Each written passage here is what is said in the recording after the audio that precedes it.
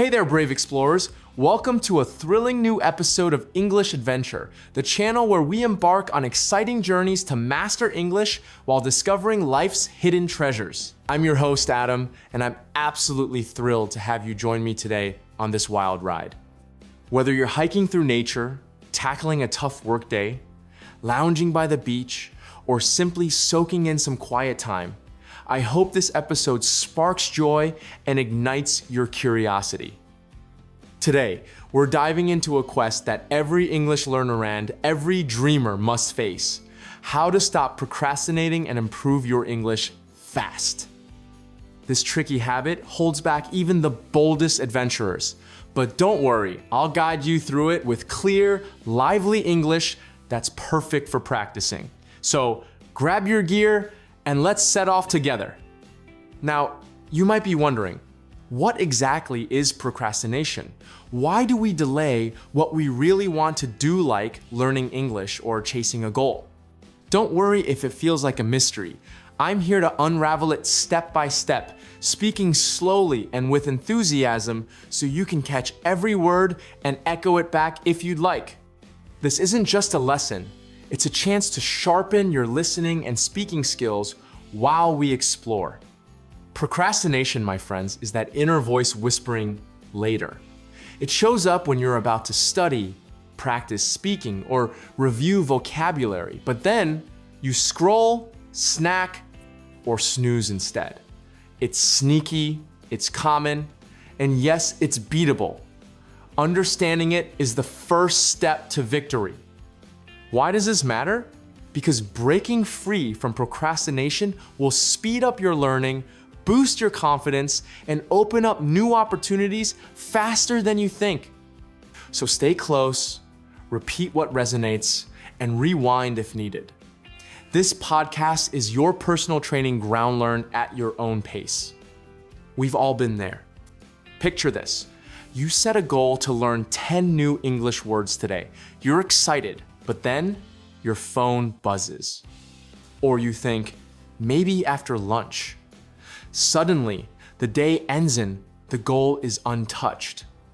Or perhaps you want to record a voice note in English, but you feel nervous. You say, I'll do it tomorrow, but tomorrow never comes. That's procrastination. It doesn't mean you're lazy, it just means you're human. But here's the twist. Once you understand why you procrastinate, you can overcome it and improve your English faster. Today, we'll unpack the reasons behind this habit and give you powerful tools to break free. Plus, I'll share a story to keep you inspired. Ready to take your first brave step? Let's go. What is procrastination? Let's unpack this word together. Procrastination means choosing to delay something important even when we know it's the right thing to do. You want to practice English, but instead, you do something easier or more fun like watch videos, scroll social media, or reorganize your desk. Sometimes, it feels like something invisible is stopping you. But it's not just about being lazy. Often, it's about fear of doing it wrong, of not being perfect, or of not knowing where to start. Even smart, hardworking people fall into this trap. It's not a sign of weakness, it's a sign that your brain is trying to avoid discomfort. And guess what? That's totally normal. Let's paint a picture. Imagine you're ready to write a short English story. You sit down, open your notebook, and nothing. Your brain says, I'm too tired. I'll start tomorrow. But then tomorrow comes and goes, and the page stays blank. Or maybe you decide to practice speaking out loud. You grab your phone, but suddenly feel nervous. What if I sound silly? You wonder. So you close the app, telling yourself, I'll do it next week. Sound familiar? That's procrastination in action. It promises comfort now, but steals progress later. At first, delaying a task seems harmless, but over time, it piles up. Missed lessons, forgotten goals, lower confidence. You may start to feel overwhelmed, frustrated, or even disappointed in yourself. You might think, I'll never be fluent, but that's just the voice of delay talking not the truth. When procrastination becomes a habit, it slows down your learning, drains your energy, and keeps you from becoming the confident English speaker you want to be. But here's the good news. You can change it. You can break free one small step at a time. So, how to stop procrastinating and improve English fast? This, my fellow explorer, is the heart of today's adventure. We've faced the delay demon, explored why it sneaks in, and know it's time to fight back with action. Let me share with you 5 powerful tools. They're easy, fun, and designed perfectly for English learners like you. You don't need superpowers. Just a few simple steps, done consistently, can transform your habits and speed up your English progress. Let's dive in. 1. Start small. One of the biggest mistakes adventurers make? Trying to conquer the entire mountain in one day. You say, I want to be fluent, and imagine studying for hours, but then it feels overwhelming and you do nothing. Here's the better way. Start small. Tiny goals are powerful. Try these. Asterisk. I'll learn 3 new words today. Asterisk. I'll write 1 sentence about my day. Asterisk. I'll read a short English paragraph out loud. These small steps may seem simple, but they build momentum. Every time you complete a small task, your confidence grows sand. That's how progress begins. Today, I'll take 1 small step in English. Just 1. 2. Use the 5-minute rule. Sometimes, the hardest part of any journey is just starting. That's where the 5-minute rule comes in. When your brain says, I don't have time, tell yourself, I'll just study for 5 minutes. That's it. Set a timer, open your book, hit play on a podcast. And guess what? Once you begin, you'll often keep going 10, 15, even 20 minutes. But even if you stop at 5 minutes, you've already won. You beat the delay. Start small, keep it short. Let momentum do the rest. 3. Remove distraction. Procrastination loves noise. It sneaks in when your phone buzzes, when 10 tabs are open, when the television is on in the background. That's why you need to protect your focus like treasure. Put your phone on airplane mode. Turn off notifications. Create a special learning zone, a quiet corner, your favorite chair, or a cozy cafe. Even just 10 minutes of deep focus is better than 30 minutes of scattered attention. Light a candle. Play soft music. Make your learning space feel calm and focused. 4. Reward yourself. Let's be real. We all love rewards. And guess what? Your brain does too. When you complete a task, celebrate even the small ones. Eat a favorite snack. Dance to a happy song. Say out loud, yes, I did it. This tells your brain, doing English equals feeling good. And that feeling, it builds a positive habit that you'll want to return to again and again. Start a victory jar. Each time you practice, write down what you did and drop it in. Watch your wins grow. 5. Be consistent. The final and most powerful tool, consistency. It's not about one perfect heroic study session. It's about showing up every day, even just for a few minutes. 5 minutes daily beats 1 hour once a week, because consistency builds routine. And routine becomes progress. Miss a day? That's okay. Just come back the next day. You're not starting over, you're continuing your path. Attach your English habit to something you already do. After brushing your teeth, Listen to 3 English sentences. Before bed, review 2 new words. While drinking coffee, speak 1 phrase out loud. Put it into action today. Let's apply all 5 tools right now with 1 goal. Example, you want to improve your English speaking. Here's your 5-step plan. 1, start small. Pick 1 sentence you want to say. 2, use the 5-minute rule. Speak for just 5 minutes. 3, remove distractions. Find a quiet space.